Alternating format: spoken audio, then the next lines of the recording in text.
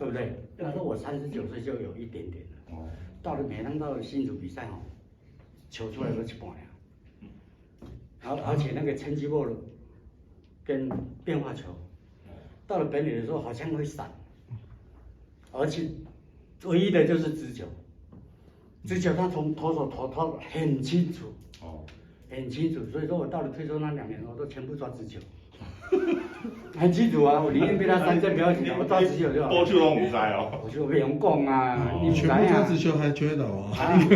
你有搞周思齐、林志胜啊、周国庆。这种秘密只能跟你记者讲。第一次啊。什么时候通知你的？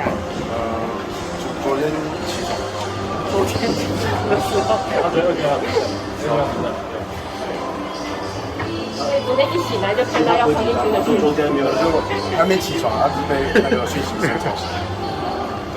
叫醒你的是上一军的通知。他说赛后台北观摩。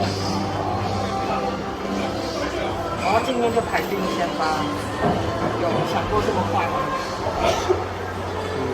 主持人就跟你讲了。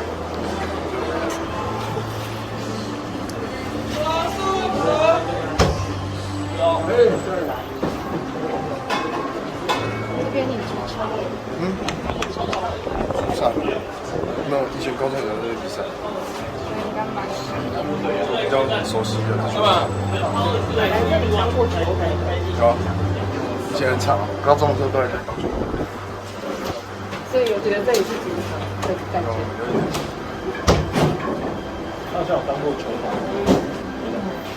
以前在那边当球童，结果你的职业生涯出登场是在这边，有什么不一样的感觉？不一样感觉。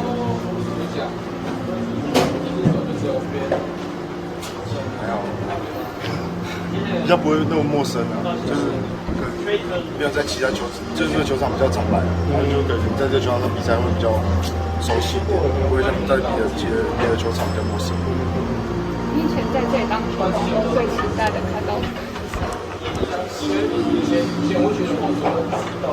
较喜欢副班跟统一打。所以你是有想要看到谁成为队长？那拥挤升班。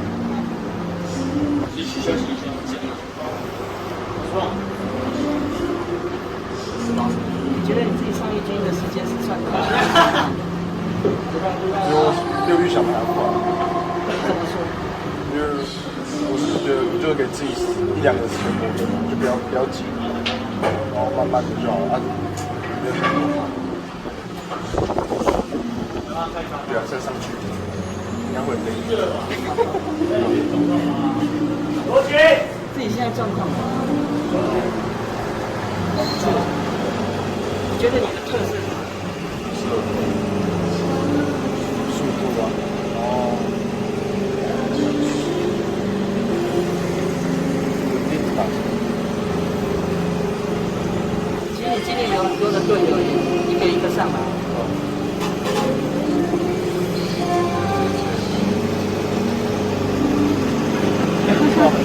这些没有受伤的都上来。